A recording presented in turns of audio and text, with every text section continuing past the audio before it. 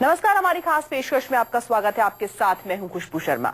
जयपुर में एटीएस के additional ASP ने खुदकुशी कर ली। एएसपी आशीष प्रभाकर ने गुरुवार रात जयपुर में अपनी सरकारी कार में सर्विस रिवॉल्वर से गोली मारकर सुसाइड कर लिया। इससे पहले उन्होंने कार में उनके साथ बैठी महिला फ्रेंड की गोली मारकर हत्या कर दी। बताया जाता है कि प्रभाकर ने प्रेम प्रसंग और पारिवारिक विवाद के चलते आत्महत्या की है। पुलिस को कार में सुसाइड नोट भी मिला है।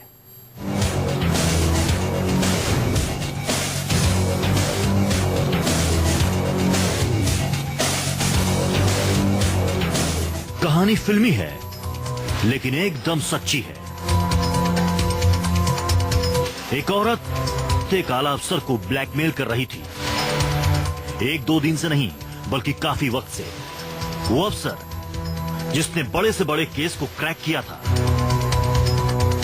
जिसने बड़े से बड़े गैंगस्टर और आतंकियों को सीखों के पीछे पहुंचा दिया था, वो एक औरत की जाल में फंस चुका था और वो इस जाल से बाहर तभी आ पाया जब उसकी सांसें थम गई। इस कहानी का अंत बेहद ही दर्दनाक हुआ। कार में खून से सना शव और घुप अंधेर में पुलिसिया तफ्तीश। ये स्टोरी है जयपुर की। जगतपुरा रोड पर देर रात एक कार में खून से सने दो शव मिले। एक लाश एटीएस के एडिशनल एसपी आशीष प्रभाकर की थी और दूसरी एक महिला की। डेड बॉडी के पास से प्रभाकर का सर्विस रिवॉल्वर भी बरामद हुआ है और 2 बियर के कैन भी मिले हैं। दोनों बॉडीज को यहाँ ले आए थे हम रात को ही SMS हॉस्पिटल की मॉर्चरी में। मेडिकल बोर्ड से हमने पोस्टमार्टम कराया। पोस्टमार्टम चल रहा है। पोस्टमार्टम के बाद बॉडी को हैंडओवर कर देंगे। रात के घटनाक्रम पर हमने SHO की तरफ से एक इंक्वेस्ट मर्ग दर्ज कर ली है। मर्ग दोनों बॉडीज को यहाँ ले आए थे हम रात को ही SMS हॉस्पिटल की मॉर्चरी में। मेडिकल बोर्ड से हमने पोस्टमार्टम कराया। पोस्टमार्टम चल रहा है। पोस्टमार्टम के बाद बॉडी को हैंडओवर कर देंगे।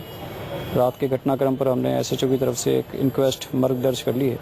मर्ग की जब जांच कर रहे हैं उसमें पूरे घटनाक्रम में क्या क्या चीजें हुई है, क्या क्या कारण रहे हैं, उसको हम जांच करेंगे। बताया जाता है कि प्रभाकर ने अपने रिवॉल्वर से पहले अपनी महिला मित्र पूनम का मर्डर किया, फिर गोली मारकर खुद को भी खत्म कर लिया। पुलिस को कार से सुसाइड नोट मिला है। सुसाइड नोट में एएसपी प्रभाकर ने अपनी पत्नी से माफी मांगी है। सुसाइड नोट में प्रभाकर ने लिखा है कि वो गलत रास्ते पर चले गए थे।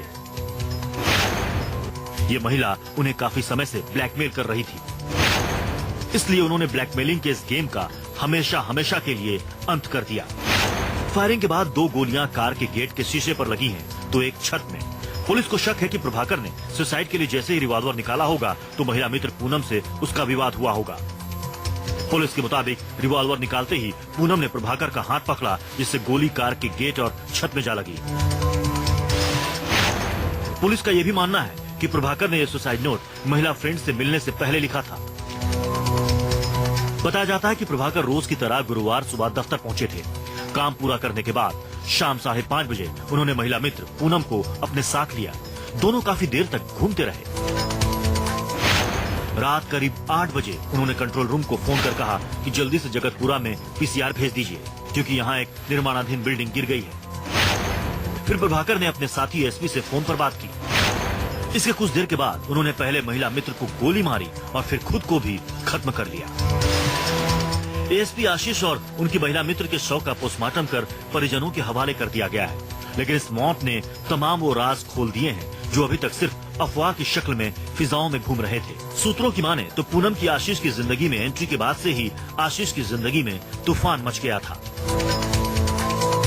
भिवाड़ी में पोस्टिंग के दौरान आशीष प्रभाकर से पूनम की पहली मुलाकात हुई थी और देखते ही देखते ये मुलाकात मोहब्बत में बदल गई। लेकिन आशीष को जल्द ही पता चल गया कि मोहब्बत के नाम पर उसने अपनी खुद की जिंदगी में जहर घोल दिया है। पूनम से नजदीकी की खबर पत्नी को चली तो पत्नी अनीता नाराज होकर मायके में रहने लगी थी। आशीष प्रभाकर एटीएस के वही अफसर हैं जिन्होंने जयपुर में ISIS के नेटवर्क को तोड़ा था।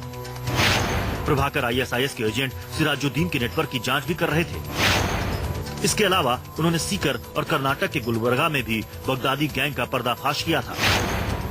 उधर सूबे के तेज तर्रार अफसर आशीष की मौत पर सरकार भी हैरान है। सूबे के गृह मंत्री ने भी सनसनीखेज मौत की तफ्तीश के आदेश दे दिए हैं। उसकी छानबीन हो रही है।